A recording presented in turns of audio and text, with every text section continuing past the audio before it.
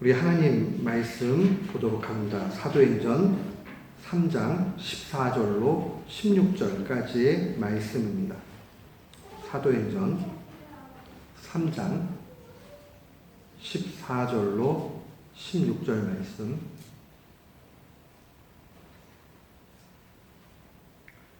우리 같은 마음으로 함께 주님 말씀 봉독합시다.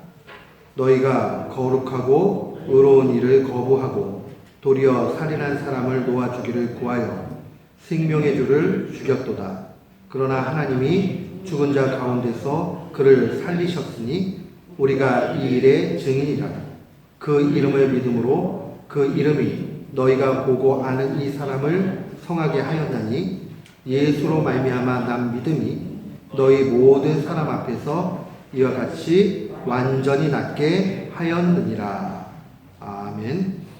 우리 이 시간에 박종훈 목사님께서 우리가 이 일의 증인이로다 라는 제목으로 주의 말씀을 증거해 주시겠습니다.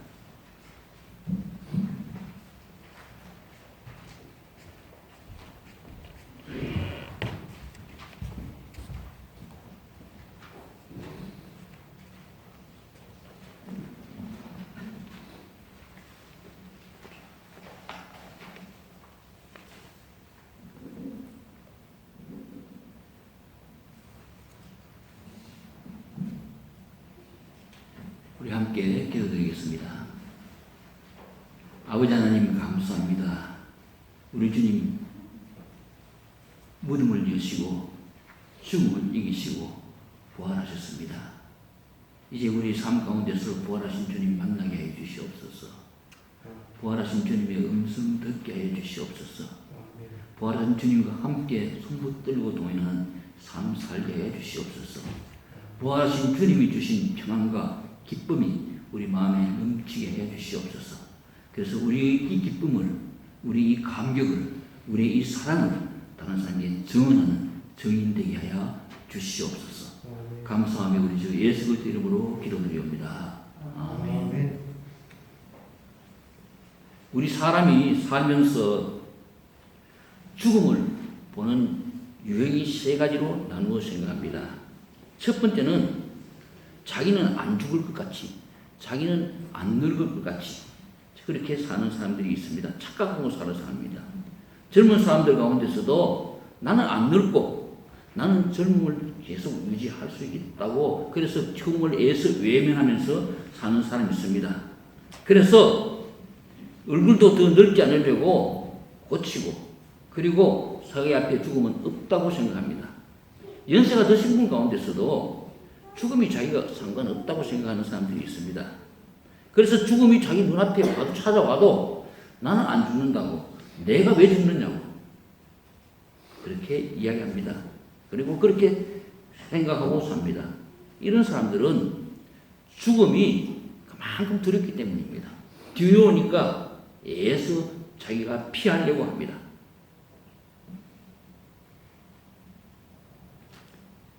또 두 번째 사람은, 우리 사람은 늙고 죽는다는 것을 알고 죽음을 향해서 사는 사람들이 있습니다. 이런 상황 가운데 두 가지 유형이 있습니다.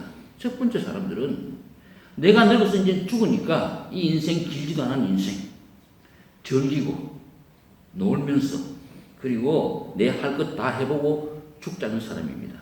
그래서 그들은 노래합니다. 노세 노세 젊어서 노세 이제 늙어지면 못 노니 인생은 일장춘몽같이 짧은 것이니 더 늙기 전에 놀아보세 이렇게 하면서 삽니다. 쾌락을 누리며 살려고 합니다. 즐기면서 살려고 합니다. 놀면서 자기 하고 싶은 것 하고 살려고 합니다.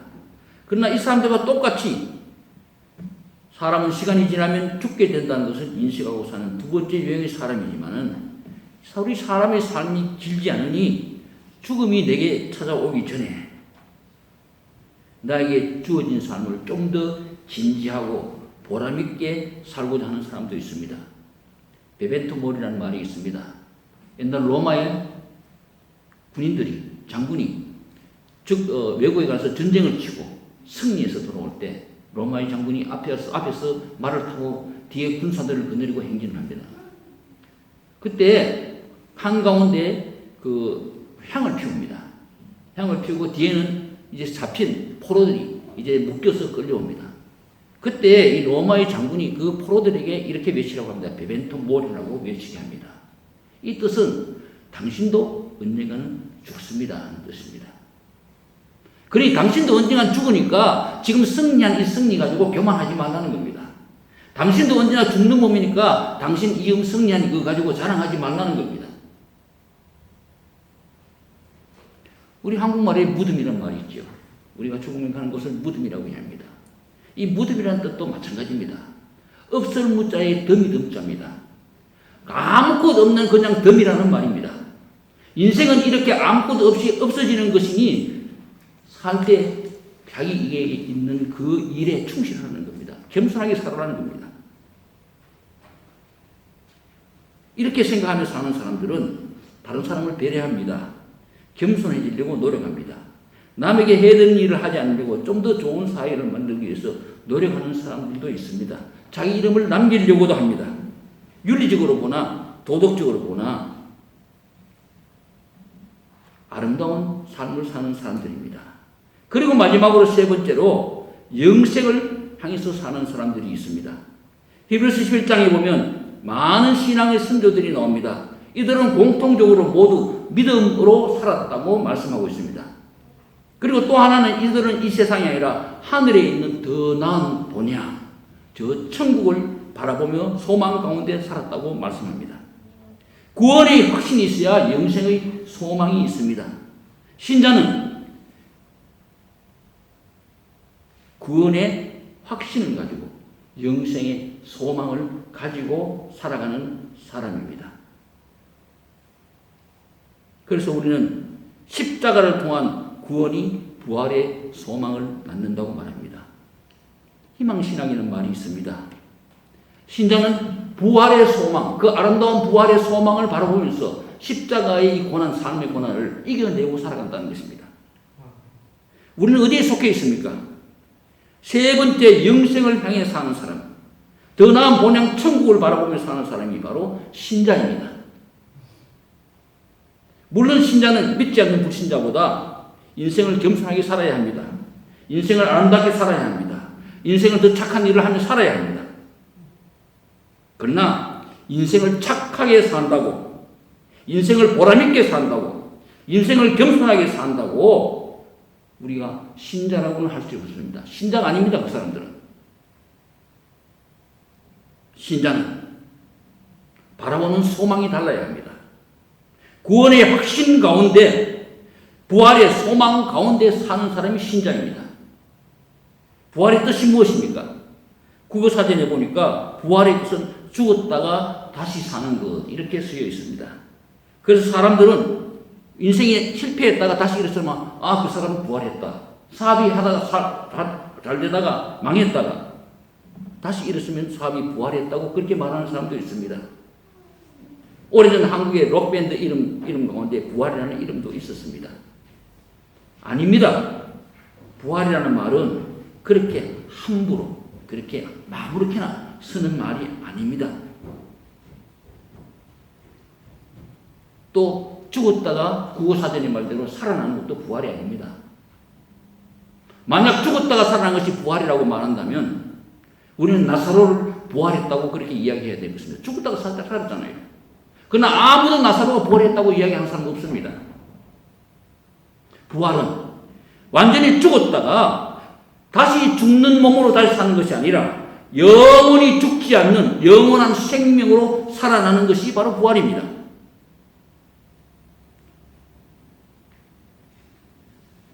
그 전에 있던 다시 죽을 몸으로 다시 사는 것이 아니라 새로운 영원한 생명으로 다시 사는 것입니다.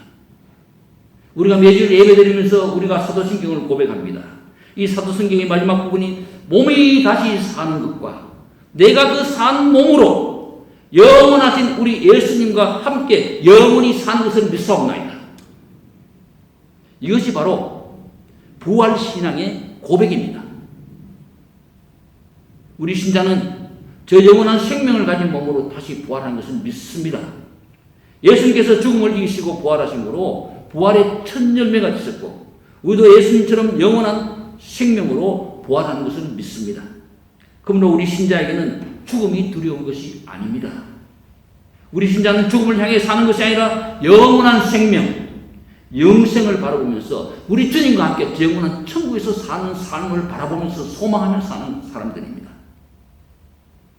벤불이라는 신학자는 말했습니다. 기독교는 부활의 종교다. 사도 바울은 고린도전서 15장 17절 이하에서 그리스도께서 다시 사신 것이 없으면 너희 믿음도 헛되고 너희가 너희 죄 가운데 있을 것이요 또한 그리스도 안에서 잠자는 자들도 망하였으니 만일 그리스도 안에서 우리의 바라는 것이 다만 이생뿐이고 이생뿐이면 모든 사람 가운데서 우리가 더욱 불쌍한 자니라. 그러나 이제 그리스도께서 죽은 자 가운데서 다시 살아 잠자는 자들의 첫 열매가 되셨도다 하고 말씀합니다. 사도행전은 초대교회 신자들이 삶과 복음을 전하는 모습을 처음 1장에서 13장까지는 베드로를 중심으로 말씀하고 있고 13장부터 28장까지는 사도 바울을 중심으로 말씀합니다. 그런데 이 초대교회 성도들이 전하는 복음이 무엇입니까? 복음은 딱 두 가지입니다. 바로 예수님께서 십자가의 죽으심으로 우리를 죄에서 구원하셨고 또 3일 만에 부활하셔서 우리에게 부활의 소망을 주셨다는 겁니다. 이것이 복음입니다. 복음의 핵심입니다. 복음의 핵심은 죄사함과 부활입니다. 이 부활은 과거 예수님께서 부활하신 역사적 사실뿐 아니라 우리가 죽음을 이기고 예수님처럼 부활하는 완전한 부활의 완성체인 미래의 부활도 있습니다. 예수님께서 부활해서 부활의 첫 열매가 되셨고 우리도 미래의 죽음을 이기고 예수님처럼 예수님같이 완전한 몸으로 부활한다는 것입니다.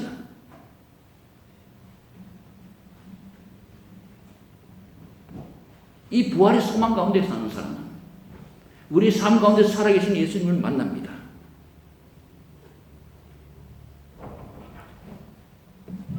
우리 삶 자체가 바뀝니다. 죽음을 향해 살던 사람이 영생을 향해 살게 됩니다.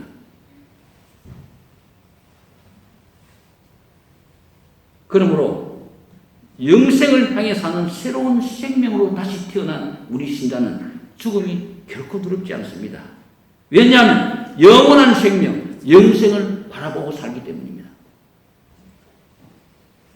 우리가 만약에 물어볼 수 있다면 한번 물어보시기 바랍니다. 마음속으로. 돌에 맞아 지금 첫 순교자의 신약의 첫 순교자인 스데반이 돌에 맞아 죽어가고 있습니다. 얼마나 아프겠습니까? 온몸이 명투성이 되고 온몸이 찢어졌습니다. 얼굴에는 터져서 피가 흐르고 있습니다.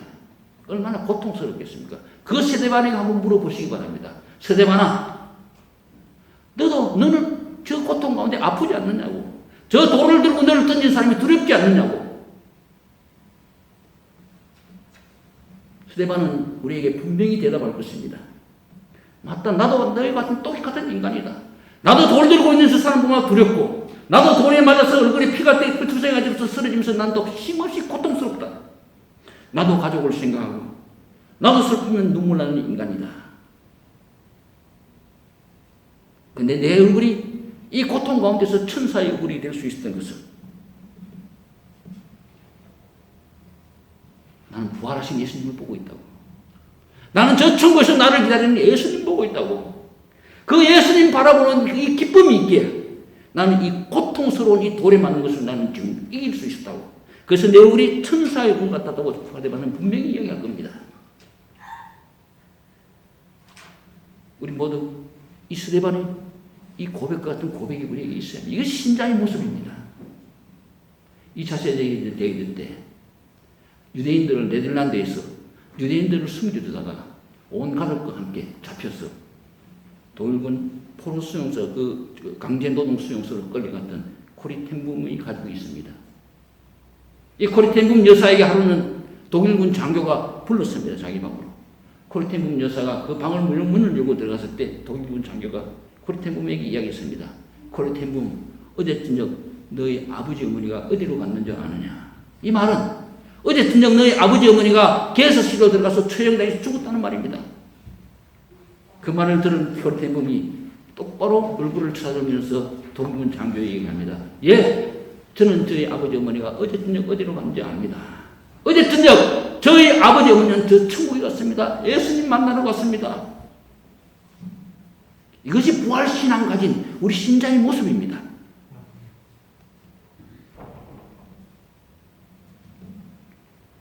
그래서 사도 바울은 고린도후서 5장 17절에 그런즉 누구든지 그리스도 안에 있으면 새로운 피조물이라 이전 것은 지나갔으니 보라 새 것이 되었도다 하고 말씀합니다. 그러므로 우리가 새로운 피조물로 삶을 살려면 예수님을 만나야 합니다.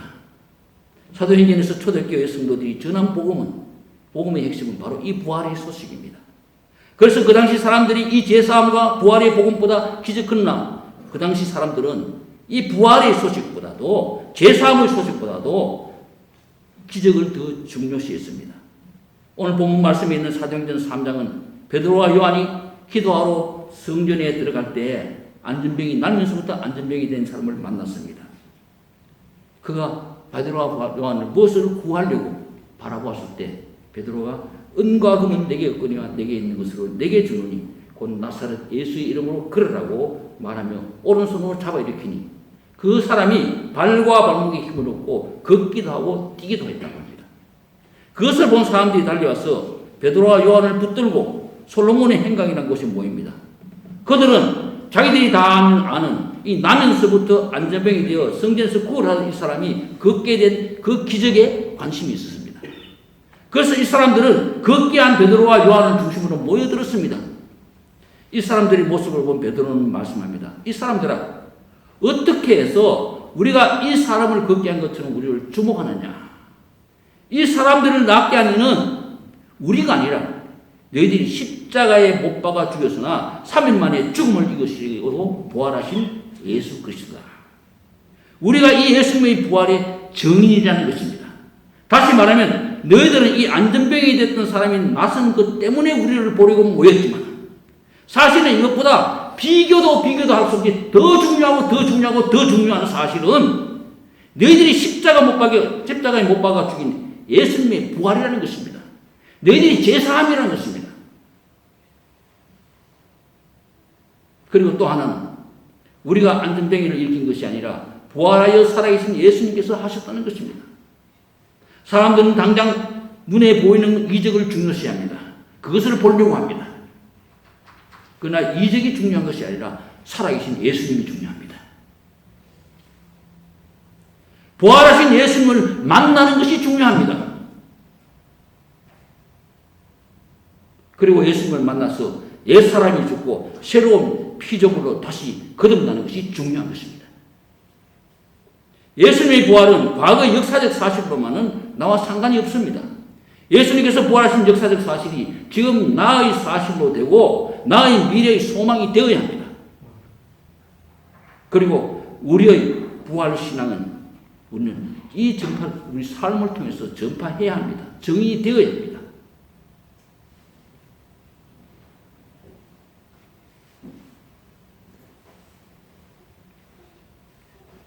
부활하는 사건을 내가 보았다고 증인되는 것은 아닙니다.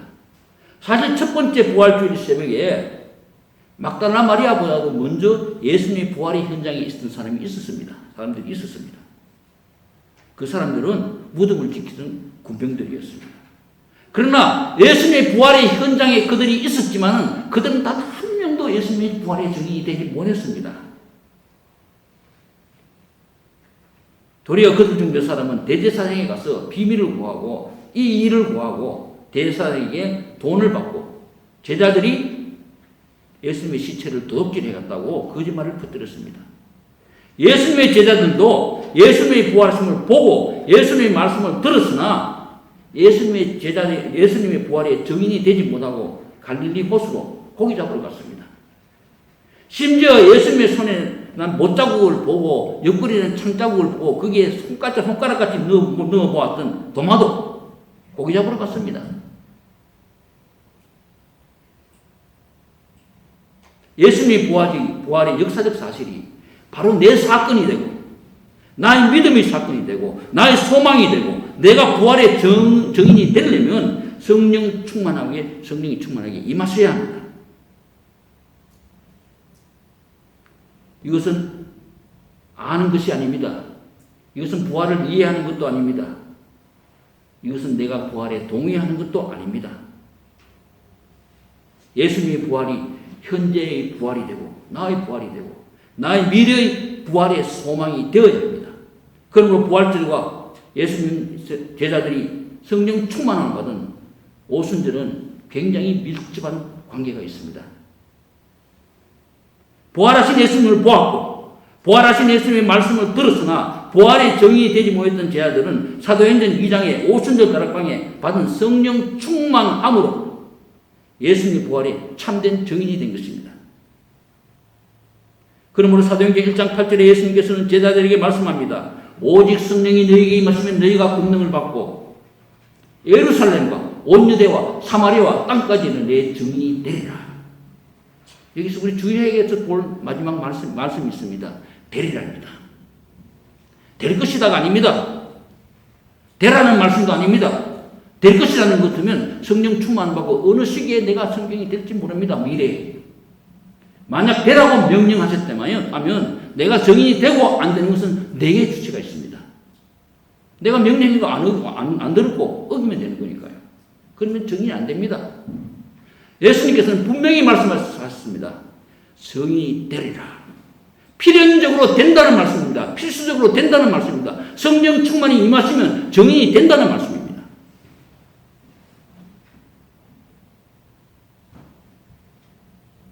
제자들이 부활의 정인이 되는 데는 성령 충만의 역사가 먼저 있어야 했습니다. 정인은 보아서도 정인이 될 수 없습니다. 봤다고 정인되는 것 아닙니다. 들었다고도 정인되는 것 아닙니다. 자기가 보고 들은 것을 믿어야 정인이 될 수 있습니다. 만약 자기가 보고 들었으나 그것을 믿지 못하면 정인이 될 수 없습니다. 거짓 정인이 됩니다.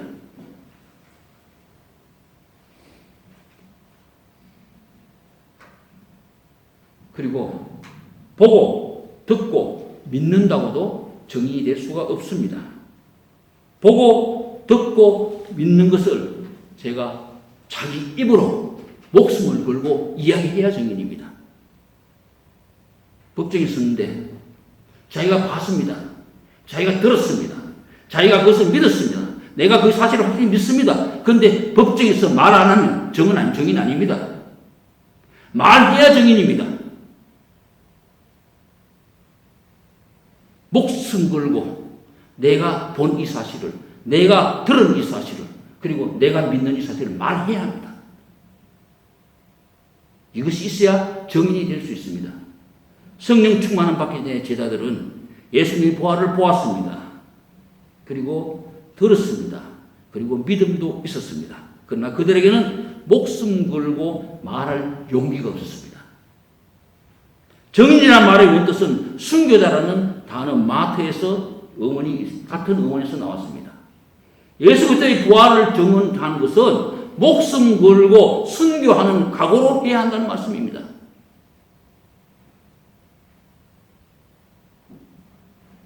정인으로 순교할 수 있어야 합니다. 오늘 본문 말씀 15절에 베드로는 분명히 말합니다. 너희가 생명의 주를 죽였도다. 그러나 예수님이 죽은 자 가운데서 살렸으니 우리가 일의 정인이로다. 그 당시에 바리새인들과 사두개인들과 제사장들과 그리고 로마 군인들은 승리에 아마 덕되어 있었을 것입니다. 이 말을 하는 것은 자기 목숨을 거는 일이었습니다. 그러나 베드로는 담대히 전합니다. 우리가 이 일의 정인이로다. 부활하신 예수님을 내가 보았고 예수님의 말씀을 내가 들었고 내가 믿고 내 목숨을 걸고 이제 예수님의 그 부활하심을 증거한다는 것입니다. 이뿐 아니라 나도 예수님처럼 죽음을 이기고 부활할 것을 나는 믿고 알고 있다는 것입니다. 우리 모두 부활하신 예수님의 증인이 됩시다. 우리도 부활하신 예수님을 성경으로 보았고 성경 말씀을 통해서 우리 삶을 통해서 예수님의 음성을 듣고 있습니다. 그리고 믿습니다. 이제 우리가 할 일은 정인이 되는 것입니다. 이제 우리가 할 일은 말하는 것입니다.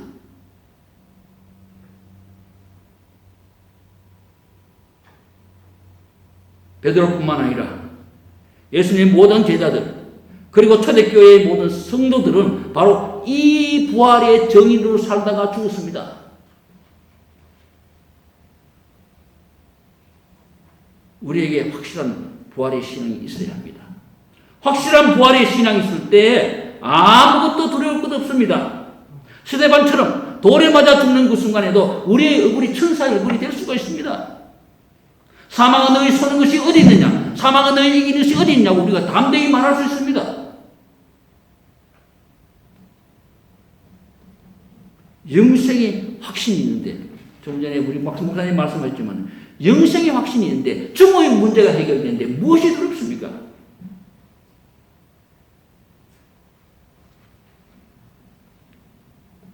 우리는 죽음을 향해 사는 사람이 아니라 영생을 향해 사는 신자입니다. 예상에 잘 살고 못 살고 성공하고 실패하는 것, 그거 비교할 수 없습니다. 우리는 그것과 비교할 수 없는 저 천국 바라보고 삽시다. 그거하고 비교할 수 없는 천국 상급 바라보며 삽시다.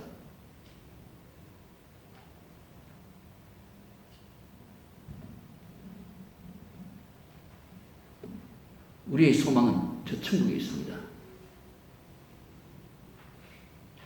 자, 본년의 소설처럼, 철로역제처럼 장한 사망을 이 세상을 떠나서 저 아름다운 저 천국을 향해서 가고 있는 겁니다. 영생을 향해 가고 있습니다. 우리 삶의 목표와 우리 삶의 중심을 이제 지나가는 이 세상이 아니라 영원한 천국 바라보고 삽시다. 그래서 히브리서 11장은 우리 믿음의 조상들을 이렇게 말씀합니다. 이 삶을 나그네와 외국인의 삶과 같이 살았다고. 이것이 부활신앙을 가진 신자의 삶입니다. 우리 모두 이 확실한 부활신앙 가지고 이제는 이 세상 것이 아니라 저 아름다운 천국 바라보는 소망 가지고 나도 예수님처럼 부활해서 예수님과 함께 영원히 사는 저 천국 바라보면서 부활의 정인이 되는 승리하는 삶을 사시기를 주님으로 축원합니다.